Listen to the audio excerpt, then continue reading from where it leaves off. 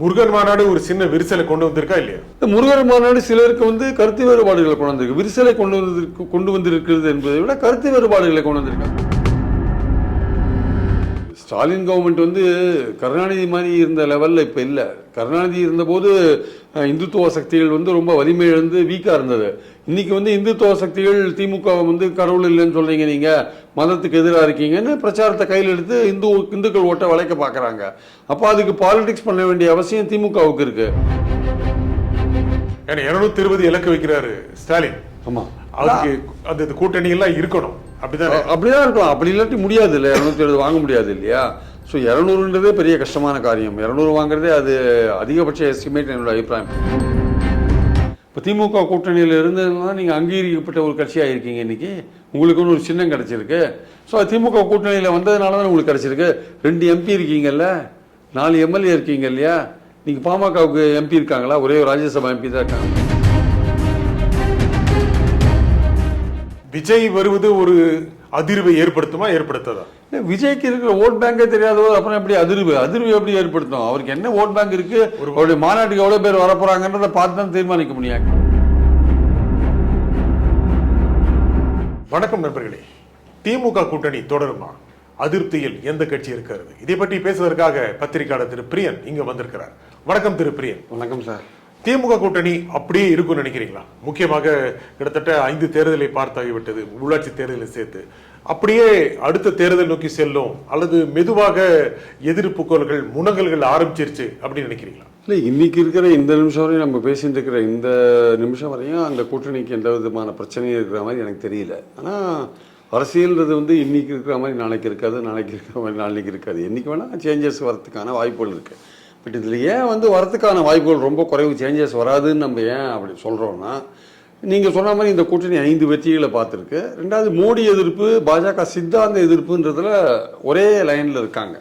இதில் நடுவில் திமுக ஏதோ பாஜகவோட நெருங்குது, நாணயத்தை வெளியிட்டாங்க, ராஜ்நாத் சிங் வந்தார், டீ பார்ட்டிக்கு போனாங்க, இதெல்லாம் இருந்தால் கூட இதெல்லாம் தாண்டி இந்த பாஜக சித்தாந்த எதிர்ப்பும் மோடி எதிர்ப்பும் இவங்களை ஒன்றுபடுத்தின ஒரு லைனில் இருக்குது. அதே சமயம் எதிர்க்க இருக்கிற கட்சிகள் யாரும் அந்த மாதிரி மோடி எதிர்ப்பு இல்லை பாஜக சித்தாந்த எதிர்ப்புன்றதெல்லாம் ரொம்ப சீரியஸாக இருக்கிற மாதிரி தெரியல. ஸோ அதுதான் இந்த கூட்டணிக்கு ஒரு வலிமை சேர்க்கிற ஒரு விஷயமா இருக்கு. அதனால இந்த கூட்டணி தற்சமயத்துக்கு கருத்து வேறுபாடுகள் இருந்தால் கூட திருமாவளவன் சொன்ன மாதிரி எங்களுக்குள்ள கருத்து வேறுபாடுகள் இருக்கு. பட் ஆனால் கூட்டணிலேருந்து நாங்கள் வந்துடுவோம், அது போயிடுவோன்ட்டு பலவிதமாக பல பேர் பேசுகிறாங்க. அதெல்லாம் தவறு. இந்த கூட்டணி ஸ்ட்ராங்காக இருக்குது. ஆனால் கருத்து வேறுபாடுகள் எல்லா கூட்டணியிலும் இருக்கும். அந்த மாதிரி இந்த கூட்டணியிலும் கருத்து வேறுபாடுகள் இருக்குது. முருகன் மாநாடு நடத்தினதில் கருத்து வேறுபாடுகள் இருக்குது. தேநீர் பார்ட்டியில் கலந்ததில் கருத்து வேறுபாடு இருக்குது. பல விதங்களில் கருத்து வேறுபாடு இருக்குது. இந்தியா கூட்டணியின் டெல்லியில் இருக்கிறப்போ எல்லாரும் பாஜக எதிர்த்து ஃபைட் பண்ணுறதுல ஒற்றுமையாக இருக்காங்க. பட் அதே மாதிரி அந்த ஒற்றுமை அங்கே இருக்கிறதுனால அந்த ஒற்றுமை அதே மாதிரி as long as மோடி எங்கள் பிரைம் மினிஸ்டராக இருக்க வரையும், அங்கே பாஜக கூட்டணியில் ஒரு லீடிங் பார்ட்டியாக இருந்து ஒரு ஆட்சியை நடத்துகிற வரையும் இங்கே இந்த இந்தியா கூட்டணிக்கு தமிழ்நாட்டில் எந்த விதமான ஒரு இதுவும் வராது. இவங்களுக்கு சிபிஎம் ஆகட்டும், காங்கிரஸ் ஆகட்டும், அல்லது விடுதலை சிறுத்தைகள் ஆகட்டும், பல்வேறு விஷயங்களில் கருத்துக்கள் சொல்கிறாங்க. நாங்கள் இன்னும் கொஞ்சம் அதிகமான பங்களிப்பு எங்களுக்கு இருக்கணும், அதிகாரத்துக்கு வரணும்னு காங்கிரஸ்காரங்க ஒரு பக்கம் ஆசைப்படுறாங்க. ஒரு பக்கம் சிபிஎம் பல்வேறு கோரிக்கைகளை வச்சு நீங்கள் முருகன் மாநாடு ஏன் நடத்துனீங்க, அந்த தீர்மானத்தை எடுங்க, இந்த தீர்மானத்தை போடாதீங்கன்னா அவங்க சொல்கிறத நம்ம பார்க்குறோம். ஸோ அதனால் கருத்து வேறுபாடுகள் இருக்குது. பட் ஆனால் அது அவங்களுடைய கோர் இது இருக்குல்ல, பேஸ் இருக்குல்ல, அந்த பாஜக எதிர்ப்பு, சித்தாந்த எதிர்ப்பு. எந்த சூழலையும் பாஜக தமிழ்நாட்டில் கால் ஊன்ற அனுமதிக்க கூடாது என்கிற அந்த ஒற்றை நோக்கம் இருக்குல்ல, அதுல இவர்கள் ஒற்றுமையா இருக்கிறதுனால தான் அந்த கூட்டணி பலமா இருக்கு. அதுல காம்ப்ரமைஸ் பண்ணிட்டாங்கன்னா தான் கூட்டணி பிரச்சனை வரும். முருகன் மாநாடு ஒரு சின்ன விரிசலை கொண்டு வந்திருக்கா இல்லையா? இந்த முருகன் மாநாடு சிலருக்கு கருத்து வேறுபாடுகளை கொண்டு வந்திருக்கு. விரிசலை கொண்டு வந்திருக்கிறது என்பதை விட கருத்து வேறுபாடுகளை கொண்டு வந்திருக்கு. அதுல பர்டிகுலர் தீர்மானம், கந்த சஷ்டி எல்லாம் காலேஜில் சொல்லித்தரணும் போன்ற விஷயங்களை சிபிஎம் எதிர்க்கிறாங்க. சிபிஎம் என்ன சொல்றாங்க, இது ஒரு மதச்சார்பற்ற நாடு, மதச்சார்பற்ற நாட்டில் நீங்க இதெல்லாம் பண்ணக்கூடாதுன்றாங்க. பட் இந்து சமய அறநிலையத்துறை சில கல்லூரிகள்லாம் நடத்துது. அது இந்து சமய அறநிலையத்துறை இந்து மதத்தை பரப்புறதுக்காக தான் இருக்கு. எப்படி வக்ஃப் போர்டு இருக்கோ, முஸ்லீம்களுடைய ப்ராப்பர்ட்டியை நிர்வகிக்குதோ, முஸ்லீம் தர்ம அறக்கட்டளைகளோட ப்ராப்பர்ட்டியை, அந்த மாதிரி இந்து சமய அறநிலையத்துறை கோவில்கள் ப்ராப்பர்ட்டி, கோவில்களில் வர வருமானத்தில் கல்லூரிகள் நடக்குது. ஸோ அது இந்து சமயத்தை பரப்புறதுல இருக்கு. இன்னைக்கு ஸ்டாலின் கவர்மெண்ட் கருணாநிதி மாதிரி இருந்த லெவலில் இப்போ இல்லை. கருணாநிதி இருந்தபோது இந்துத்துவ சக்திகள் ரொம்ப வலிமை இழந்து வீக்காக இருந்தது. இன்னைக்கு இந்துத்துவ சக்திகள் திமுக கடவுள் இல்லைன்னு சொல்றீங்க, நீங்க மதத்துக்கு எதிராக இருக்கீங்கன்னு பிரச்சாரத்தை கையில் எடுத்து இந்துக்கள் ஓட்டை வளைக்க பார்க்குறாங்க. அப்போ அதுக்கு பாலிடிக்ஸ் பண்ண வேண்டிய அவசியம் திமுகவுக்கு இருக்கு. அது அரசியல் ரீதியாக பாஜகவை கவுண்டர் பண்ணுறதுக்கான ஒரு விஷயம். அதே சமயம் முத்தமிழ் முருகனுக்கு இப்போ இந்து சமய அறநிலையத்துறை மூலமாக பண்ணுற ஒரு விஷயம். இந்த மதச்சார்பற்ற அப்படின்ற விஷயத்தை வந்து கம்யூனிஸ்ட் பார்க்குற பார்வை, கடவுள் நம்பிக்கை இல்லாதவங்க மதச்சார்பு செக்குலர்னு சொல்கிறதுலையும் மற்றவங்க சொல்கிறதுக்கு கொஞ்சம் வித்தியாசம் இருக்குது. கடவுள் நம்பிக்கை இல்லாதவங்க செக்குலர்னா என்ன சொல்கிறாங்க, அதாவது அரசாங்கத்துக்கு எந்த விதமான மதமும் கிடையாது, அது எந்த மதத்தையும் சார்ந்து இருக்கக்கூடாது அப்படின்றாங்க. ஆக்சுவலாக உண்மையான செக்குலர் அப்படின்ற வார்த்தைக்கு அர்த்தம் என்னன்னா, ஒரு மதம் வந்து ஒரு அரசாங்கம் வந்து எல்லா மதத்தையும் சமமான பார்வையோடு பார்க்க வேண்டும், எந்த மதத்தோட உரிமைகளையும் தலையிடக்கூடாதுன்றதான் செக்யூலருக்கு அர்த்தம் ஆக்சுவலாக. ஏன்னா இந்த மதங்கள் வந்து இன்னைக்கு நேற்றுக்கு வந்ததில்லை, இதெல்லாம் பல நூற்றாண்டுகளாக இருக்கிற ஒரு விஷயம். ஜாதி அமைப்பு போன்ற மதமும் இருக்கு ஆக்சுவலாக. அப்போது நீங்கள் வந்து ஒரு அரசாங்கம் மற்ற சமயங்களை பார்க்கும்போது சரிசம பார்வையோடு பார்க்கணும், ஒருத்தர் பாகுபாடோடு பார்க்கக்கூடாது, மதங்களோட உரிமைகளில் தலையிடக்கூடாதுன்றதான் செக்குலரிசம் அப்படின்றது உண்மையான அர்த்தம் அதுதான் ஆக்சுவலாக. ஸோ கம்யூனிஸ்ட் பார்வையில் செக்குலரிசம்ன்றது மத நம்பிக்கையை கடவுளுக்கு இருக்கக்கூடாது, கடவுளே கூடாது, மத நம்பிக்கையே அரசாங்கத்துக்கு இருக்கக்கூடாது அப்படின்றது இல்லை. ஸோ அதனால் கம்யூனிஸ்ட் பார்வை அது அவங்க பார்வை. அது திமுக கவர்மெண்ட்டு இந்து சமய அறநிலையத்துறையை கையில் வச்சிருக்கிற கவர்மெண்ட்டு இதை பண்ணுறது வந்து ஒரு பக்கம் முத்தமிழ் முருகனுக்கு பெருமை சேர்க்கிறதா இருந்தால் கூட இன்னொரு பக்கம் அதில் வந்து பாஜகவை எதிர்க்கிற அரசியலும் அதில் இருக்கு. ஆனால் அது புரிந்து தானே மார்க்சிஸ்ட் கம்யூனிஸ்ட் கட்சி அதை விமர்சனம் பண்ணுது. ஈவன் விடுதலை சிறுத்தைகள் கூட கல்வியில் மதத்தை கலக்கக்கூடாதுன்னு கருத்தை சொல்லுது. இல்லை, கல்வியில் மதத்தை கலக்க இந்து சமய அறநிலையத்துறை கல்லூரிகளில் தான் அதை பண்ண போகிறாங்க, வேற எந்த கல்லூரிகளையும் அதை பண்ணலை. அது வந்து ஏன் பண்ணுறாங்க அப்படின்னா வந்து நான் ஏற்கனவே சொன்ன மாதிரி இவர்கள் இந்த பாஜகவுடைய அரசியலை எதிர்க்க வேண்டிய கட்டாயம் இருக்குது ஆக்சுவலாக. அதனால அவங்க பண்ணுறாங்க, இந்த அரசியலை அவங்க கையில் எடுக்க வேண்டியதாக இருக்குது. அது வந்து இந்த அரசியலுக்கு அதுதான் பதிலானா இந்த சூழல் அதுதான் பதில். அவங்க எல்லாமே சார் அரசியல்வாதிகள் வந்து தங்களுக்கு எதிராக வைக்கப்படுற வாதத்துக்கு எதிரான ஒரு விஷயத்த எடுத்து டீல் பண்ணுறது வந்து இயல்பான ஒரு விஷயம் தானே சார். அல்லது திமுக இதை செய்து நீங்க சொன்ன மாதிரி பாஜகவுக்கு ஒரு செக் வைக்குதா, இல்லை பாஜகவோடு சேர்ந்து போவதற்கான ஒரு வழியை தேடுதா? பாஜகவோடு சேர்ந்து போவதற்கான ஒரு வாய்ப்பு இருந்தால் வந்து திமுகவுக்கு வந்து தற்கொலையாக முடியும் ஆக்சுவலாக. ஏன்னா அவங்களுடைய பலமே வந்து பாஜக எதிர்ப்பு ஓட்டுகள் தான் பலம். திமுக அணியின் பலமே வந்து பாஜகவுடைய எதிர்ப்பு ஓட்டுகள், மோடியோட எதிர்ப்பு ஓட்டுகள் தான் பலம். அது ஓட்டு போடுறது யாரு? மைனாரிட்டிகள் தான் பெரும்பாலும் ஓட்டு போடுறாங்க, பட்டியலினத்தவர் தான் பெரும்பாலும் ஓட்டு போடுறாங்க. அரௌண்ட் ஒரு 20% ஓட்டு எடுத்த உடனே திமுக அணிக்கு ஏன் கிடைக்குது? அந்த ஓட்டை வந்து திமுக ஏன் சார் இழக்கணும்? இதெல்லாம் பண்றாங்கன்னா ஏற்கனவே எங்களை நோக்கி இந்த மாதிரி விமர்சனங்கள் வைக்கப்படுது. நாங்கள் அரசாங்கத்தில் இருக்கும்போது நாங்கள் எந்த மதத்தையும் பாரபட்சத்தோட பார்க்கறது இல்லை, எல்லாத்தையும் சமமாக பார்க்குறோன்ற லெவலில் தான் திமுக அரசு நடந்துக்குது. அதனால அது வந்து இவங்களுக்கு கொஞ்சம் சங்கடமா இருக்கலாம் கூட்டணி கட்சிகளுக்கு, ஆனால் அதுவே கூட்டணியை பிளக்கிற அளவுக்குலாம் வந்து அந்த அளவுக்கு மோசமா போறேன்றது நினைக்கிறேன். நீங்க சொன்னீங்க முக்கியமாக காங்கிரஸோடைய நோக்கம் என்ன அப்படின்னா ஆட்சியில் பங்கு வேணும் அப்படிங்கிற ஒரு எண்ணங்களை வெளிப்படுத்த ஆரம்பிச்சிட்டாங்க. அடுத்த தேர்தலுக்கு பிறகு ஒரு கூட்டணி ஆட்சி அமையணும் அப்படின்னு.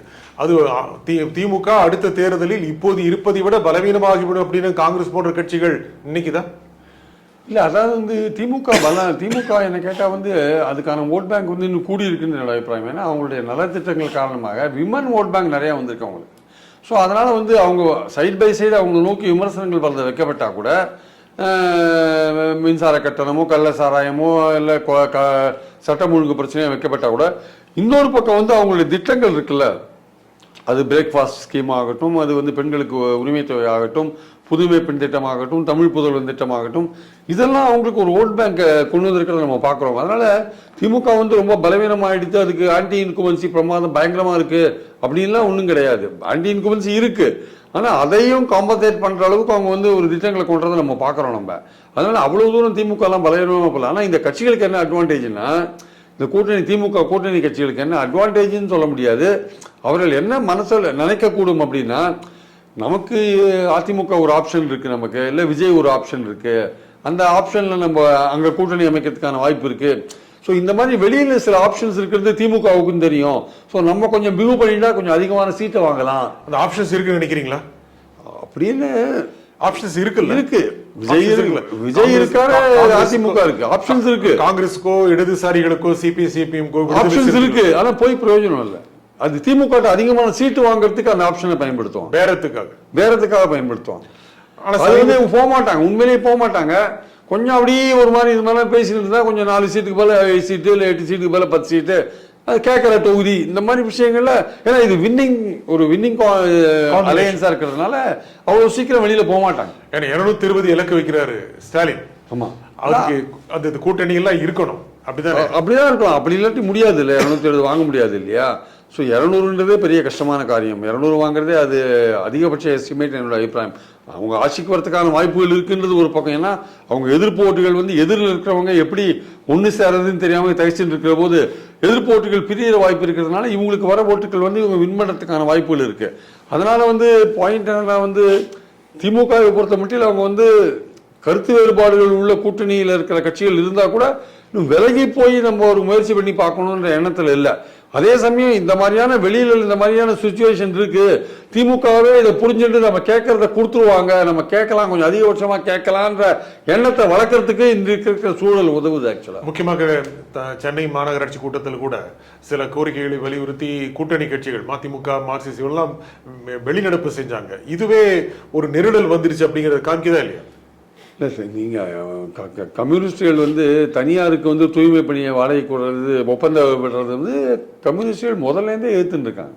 அந்த காலத்துலேருந்தே கான்ட்ராக்டில் விடுறதை எதிர்த்துன்னு இருக்காங்க. அரசாங்கமே செய்யணும், கார்பரேஷனே செய்யணுன்றது அவங்க பாயிண்டாக இருக்குது. அதனால் முக்கியமான விஷயம் என்னென்னா அதிலெல்லாம் கருத்து வேறுபாடுகள் இருக்குது. இந்த முருகன் மாநாட்டில் கருத்து வேறுபாடு இருக்குது. பல விஷயங்களில் கருத்து வேறுபாடுகள் இருக்கலாம் சார். கவர்னர் டீ பார்ட்டிக்கு போனதில் கூட கருத்து வேறுபாடு இருக்கலாம். நாங்கள்லாம் பாய்காட் பண்ணுறோம், நீங்கள் ஏன் போனீங்கன்னு கேட்கலாம். ஸோ அதெல்லாம் இருந்தால் கூட அல்டிமேட்டாக ஒரு பேஸ் லைன் ஒன்று இருக்குது அவங்களுக்குள்ள. அதை மோடி எதிர்ப்பு, பாஜக சித்தாந்த எதிர்ப்பு அப்படின்றதுல ஒரு எதிர்ப்பு. அதெல்லாம் அந்த எதிர்க்க இருக்கிற கட்சிகள் மற்ற கட்சிகளுக்கு அந்த அளவு தீவிரமான அந்த விஷயங்கள் இல்லாதனால திமுக கூட்டணியே பெட்டர் கூட்டணியாக அவங்களுக்கு தெரியும். அந்த ஆப்ஷன் அவங்களுக்கு இருக்கு. விடுதலை சிறுத்தைகள் முக்கியமாக போதை ஒழிப்பு, மது ஒழிப்பு மாநாடு வேற நடத்துது. இது கள்ளக்குறிச்சியில். இதெல்லாம் பார்க்கும்போது திமுகவுக்கு ஒரு சின்ன அளவுக்கான நெருக்கடி தருதுல்ல. திமுகவே நாங்கள் ஆட்சிக்கு வந்தால் மதுக்கடையில் ஒழிப்போம் தானே சார் 2014 வாக்குறுதியே கொடுத்தாங்க அவங்களுக்கு. அப்புறம் அந்த தேர்தலில் தோத்துட்டாங்க. ஸோ திமுக சில பேர் நினைக்கிறாங்க நம்ம அந்த வாக்குறுதி கொடுத்ததுனால தான் தோத்தம் போல் இருக்குன்னு கொஞ்சம் கடைகளை எண்ணிக்கையை குறைக்கணும்ட்டு இப்போ வேற மாதிரி விஷயத்த இது பண்ணுறாங்க. விடுதலை சிறுத்தைகளுக்கெல்லாம் ஆட்சிக்கு வரதுக்கான வாய்ப்புகள் தற்சமயத்துக்கு கிடையாது. அவங்க என்ன வேணால் சொல்லலாம். ஆனால் திமுக போன்ற கட்சிகள் வாக்குறுதி கொடுக்கும்போது ஓட்டு விழாத போகும்போது ஐயோ நம்ம இது மாதிரி வாக்குறுதி கொடுத்ததுனால ஒருவேளை குடிக்கிறவங்கலாம் நமக்கு ஓட்டு போடுறதை நிறுத்திட்டாங்க போட்டாங்க. ஆட்சிக்கு அடுத்த நாளே டாஸ்மாக் மூடப்படுதுன்னு தானே சொன்னாங்க 2016. ஆனால் என்னாச்சு, 1% ஓட்டில் தான் தோத்தாங்க. ஆக்சுவலாக ஒரே 1% ஓட்டில் தான் அவங்க தோத்தாங்க. ஆக்சுவலாக இவங்க 39.85, அவங்க ஒரு 40.77 வாங்கினாங்க. யார்? அதிமுக. அதுதான் தோத்தாங்க. ஸோ ஒருவேளை குடிகாரர்கள் ஓட்டு போனதுனால கூட தோற்றா அவங்க நினைச்சிருக்கலாம். அதனால இந்த மாதிரி பெரிய கட்சிகள்லாம் வாக்குறுதிகள் கொடுக்கும்போது ரொம்ப ஜாக்கிரதையாக கொடுக்கணும். எந்த நேரத்தில் எந்த பகுதியோட வாக்கு நமக்கு போயிடும் தெரியாது, எது வாக்கை கொண்டு வரும், எதை வாக்கு எடுத்துன்னு போகும் தெரியாது. அப்போ கொடுத்தது தப்புன்னு இப்போ உணர்றாங்க. ஆனால் சின்ன கட்சிகளுக்கு அந்த பிரச்சனை இல்லை. நாங்கள் மதுக்கடைகளை மூடுவோம்னு சொன்னால் நீங்கள் எப்போ ஆட்சிக்கு எப்போ மூடுறதுன்னு மக்கள் கேட்பாங்க. அவங்களுக்கே தெரியும். ஆனால் அவங்க நோக்கம் அது நல்ல நோக்கம். அது ஆட்சியில் இருக்கிற கட்சியை வற்புறுத்துறதுக்கான ஒரு விஷயமா நம்ம பார்க்கணுமே தவிர அது கூட்டணியில் பிளவுபடுத்துறதுக்கான ஒரு விஷயம் நம்ம பார்க்கக்கூடாது. ஆனால் விடுதலை சிறுத்தைகள் இருக்கோ இல்லையோ அப்படிங்கிற சந்தத்தை ஏன் தொடர்ந்து கொடுக்குது? ஏன் திருமாவளவன் அந்த ஒரு தோற்றத்தை கொடுக்குறாரு? அது மாதிரி கொடுக்குறாரா? தோற்றம் தானே இல்லை, அவருக்கும் அதிகமான சீட்டு வாங்கணுன்ற எண்ணம் இருக்கும் இல்லை சார் வரப்போகிற எலெக்ஷன்ஸில். அதனால் அவர் இந்த மாதிரி ப்ரெஷர்ஸ்லாம் அப்ளை பண்ணுறது அது ஒரு அரசியல் தலைவர் அப்படி தானே பண்ண முடியும். அல்டிமேட்டாக அந்த கூட்டணியில் இருப்போம், எவ்வளோ நம்மளால் முடிஞ்ச அளவுக்கு சீட்டு வாங்க முடியுமோ வாங்கலாம். அது இந்த மாதிரியான ஒரு விஷயங்களை பேசிகிட்டே போனால் நமக்கு கவனிக்க வேண்டிய இடத்துல கவனிப்பாங்க. போன வாட்டி பாருங்கள், அந்த இன்னொரு தொகுதியும் பானை சின்னத்தில் போட்டி போடுன்னு அலோவ் பண்ணிட்டாரு. இப்போ திமுக கூட்டணியில் இருந்ததுனால நீங்கள் அங்கீகரிக்கப்பட்ட ஒரு கட்சியாக இருக்கீங்க. இன்றைக்கி உங்களுக்குன்னு ஒரு சின்னம் கிடச்சிருக்கு. ஸோ திமுக கூட்டணியில் வந்ததுனால தான் உங்களுக்கு கிடச்சிருக்கு. 2 MP இருக்கீங்கல்ல, 4 MLA இருக்கீங்க இல்லையா? நீங்கள் பாமகவுக்கு MP இருக்காங்களா? ஒரே ஒரு ராஜ்யசபா MP தான் இருக்காங்க. உங்களுக்கு 2 லோக்சபா MP இருக்காங்கல்ல, 4 MLAக்கள் இருக்காங்கல்ல. ஸோ நீங்கள் கிட்டத்தட்ட பாமகவுக்கு ஈக்குவலாக நீங்கள் கிட்டத்தட்ட இருக்கீங்கல்ல நீங்கள். ஸோ அது இந்த நிலைமை எப்படி உங்களுக்கு வந்தது? நீங்கள் திமுக கூட்டணியில் இருந்ததுனால வந்தது. இந்த விஷயத்தை அவர் மறக்க மாட்டார்னு நினைக்கிறேன். ஆக்சுவலாக சமரசத்தோடு தான் கூட்டணியில் இருக்கிறோம் அப்படின்னு சொல்றாருல்ல. நேச்சுரலி எந்த கூட்டணியில் இருந்தாலும் நீங்கள் சமரசத்தோடு தான் இருக்கணும். ஒட்டுமொத்தமாக நீங்களும் நானும் ஒரே கொள்கையோட கூட்டணியில் இருக்க முடியாது. என்னோட கொள்கை வேற, உங்களோட கொள்கை வேற. இடங்களை ஒரு விஷயத்துல ஒன்றா இருக்கும். நம்ம பாஜக என்கிற சக்தி தமிழ்நாட்டில் கால் ஊன்றக்கூடாது. அதில் நம்ம ஒன்றா இருந்து ஃபைட் பண்ணலாம். டெல்லியில் ஆட்சியை மாற்றணும், அங்கே இந்தியா கூட்டணி ஆட்சிக்கு வரணும். இதுதான் நோக்கம். ஆக்சுவலாக ஏடிஎம் ஆப்ஷன் ரொம்ப ஸ்ட்ராங்காக இருக்குல்ல. அதிமுக வாய்ப்பு காங்கிரஸுக்கோ இடதுசாரிகளுக்கோ விடுதலை சிறுத்தைகளுக்கோ ஸ்ட்ராங்கா இருக்குல்ல? அதிமுகவுடைய இன்டெகிரிட்டி சஸ்பெக்டடா இருக்கே. அதாவது அவங்க பாஜகவோட என்னைக்கு சேருவாங்கன்னு தெரியாது இல்லையா? அதனால அவங்களோட சேரத்துக்கு யோசிக்கிறாங்க. பாஜகவோட அவங்க விட்டு சுத்தமா வெளியில வந்துட்டாங்கன்னு இவங்க நம்பல இந்த கட்சிகள் யாருமே. அது இன்னும் வந்து பாஜகவோட ஏதோ ஒரு அண்டர்ஸ்டாண்டிங்ல தான் அவங்க போயிட்டு இருக்காங்கன்றதான் திமுக கூட்டணி கட்சிகளுடைய எண்ணமா இருக்கு. ஆக்சுவலா அதிமுகவை பத்தி ஆட்சியில் பங்கு அப்படின்னு அதிமுக சொன்னது அப்படின்னா இந்த கட்சிகள்லாம் மனமாற்றம் அடையும்ல? ஆட்சிக்கு வந்தா தானே பங்கு. ஆட்சிக்கு வரதுக்கான வாய்ப்பு எங்க இருக்கும்? இவங்க எல்லாம் வந்தாங்கன்னா வாய்ப்பு, இவங்க வந்தாலும் இவங்க அங்க போனாலும் வாய்ப்பு இருக்காது. ஆக்சுவலா அது வெற்றி பெறுவதற்கான வாய்ப்புகள் ரொம்ப குறையும். திமுகவை பலம் பெற வைப்பது முக்கியமாக காங்கிரஸ், இடதுசாரிகள், விடுதலை சிறுத்தைகள் சின்ன அளவுக்கு பங்களிப்பு இருந்தால் அது இருக்கு தானே?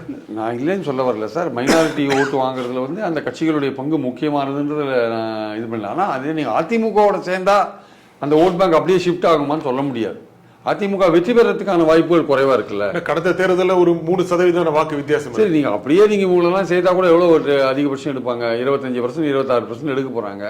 அப்புறம் திமுக தன்னுடைய வாக்குறுதியை 26லேருந்து அது வேற கட்சிகள் பலதுக்கும் அப்போ இவங்க அப்படி போனாங்கன்னா வேற கட்சிகள் கூட்டணிக்கு, திமுக கூட்டணிக்கு சில கட்சிகள் வரும் இல்லையா? அவங்க மூலமா அவங்க வாக்கு பர்சன்டேஜ் இன்க்ரீஸ் பண்றதுக்கான வாய்ப்பு இருக்கு இல்லையா? ரெண்டாவது இந்த இந்த இந்த இந்த திமுக அலையன்ஸா நாங்க ஏன் டிஸ்டர்ப் பண்ணணும்? என்ன காரணம்? எனக்கு அந்த அளவுக்கு எங்களுக்கு என்ன மோதல் இருக்கு? நாங்க அடிப்படையான ஒரு விஷயத்துல ஒற்றுமையா இருக்கும்போது இந்த மேல இருக்கிற வேறு பல விஷயங்கள் கருத்து வேறுபடுறா கூட நாங்க எதுக்கு இந்த வெற்றி கூட்டணி விட்டு வெளில வரணும்? எங்களுக்கான வாய்ப்புகள் பிரகாசமா இருக்கும்போது நாங்க ஏன் ஒரு நம்பிக்கை இல்லாத இடத்துக்கு போகணும்னு ஒரு கேள்வி இருக்குல்ல. விஜய் வருவது ஒரு அதிர்வை ஏற்படுத்துமா, ஏற்படுத்ததா? விஜய்க்கு இருக்கிற ஓட் பேங்கே தெரியாதோ அப்புறம் எப்படி அதிர்வு எப்படி ஏற்படுத்தும்? அவருக்கு என்ன ஓட் பேங்க் இருக்கு? அவருடைய மாநாட்டுக்கு எவ்வளவு பேர் வரப்போறாங்கன்றத பார்த்து தான் தீர்மானிக்க முடியும். ஆக்சுவலா அவருக்கு ஓட் பேங்க் தெரியாத போது எப்படி அதிர்வு ஏற்படுத்த? அவர் ஒரு நல்ல நடிகர், பாப்புலர் நடிகர், அவருக்கு எவ்வளவு கூட்டம் சேருன்றதை பொறுத்து தான். அதெல்லாம் ஓட் ஆகுமான்னு தெரியாது. அதனால முதல் தேர்தலில் அவர் தனியா நின்று அவருக்கு எவ்வளவு ஓட் பர்சன்டேஜ் இருக்குன்னு தெரிஞ்சாதான் அடுத்த கட்டமா அவர் கூட யாராவது சேரத்துக்கு முயற்சி பண்ணுவாங்க. நீங்களே இன்னொரு பேட்டியில சொன்னது போல விஜய்க்கு ஒரு 10% இருக்கலாம் அப்படின்னு இருக்கலாம். நான் இல்லைன்னு சொல்ல வரல, இருக்கக்கூடும் என்றதான் என்னுடைய கருத்து. ஆக்சுவலா ஒரு 10ங்கிறதே வரும்போதே 10 அப்படிங்கிறது ஒரு பெரிய கணக்கு. ரஜினிக்கு கூட வரும்போது 10-12% இருக்கிற மாதிரியான ஒரு தோற்றம் தான் இருந்தது. அதாவது அப்படி அந்த ரசிகர்கள் அந்த அடிப்படையில் அவ்வளவு இருக்கலாம். ஒரு புதிய சக்தி வரும்போது அதுக்கான வாய்ப்பு, செல்வாக்கு மிக்க நடிகர்ன்றதுனால அந்த வாய்ப்பு இருக்கிறத நம்ம பாக்குறோம். ஆனா அதே சமயம் பாத்தீங்கன்னா அது ஆட்சியை பிடிக்கிற அளவுக்கு இல்லை இல்லையா? 12%, 10% ஆட்சியை பிடிக்கிற அளவுக்கு இல்லை. ஸோ மற்ற கட்சிகள் வந்து போகும்போது விஜய் அவங்க தலைமையை ஏற்றுக்கணும்ல. நீங்க வரும்போதே நீங்க நான் முதன்மை சக்தின்னு சொல்லிட்டு ஒருத்தரோட கூட சேர்ந்து நீங்க 2வது ஆளா நீங்க இருக்கிறதுக்கு விஜய் எப்படி ஒத்துப்பாரு? ஸோ அவருடைய நிலைமையிலேயே அவர் வந்து தனியா போட்டி போட்டு தான் தன்னுடைய சக்தியை நிரூபிக்க வேண்டிய அவசியம் இருக்கு இல்லையா? ஸோ அதனால திமுகவோட அணிக்கு வந்து நமக்கு தெரிஞ்சவரையும் தற்சமயத்துக்கு பெரிய ஆபத்தெல்லாம் எதுவும் கிடையாது. ஆனால் இந்த கூட்டணி கட்சிகள் கருத்து வேறுபாடோடு இருக்குன்றது உண்மை. அது வந்து அந்த கருத்து வேறுபாடுகள் வந்து கொஞ்சம் திமுக அதிகமான இடங்கள் வாங்கறதுக்கான ஒரு விஷயத்துக்கு பயன்படுத்துறதுக்கு வசதியா இருக்கும். ஆனா பிளவு மாதிரியான விஷயங்கள் வரதுக்கான வாய்ப்புகள் ரொம்ப ரொம்ப இன்னைக்கு தேதியில இப்போ குறைவு. அரசியல் நாளைக்கு எப்படி போகும்னு சொல்ல முடியாது, இன்னைக்கு தேதியில இல்லை.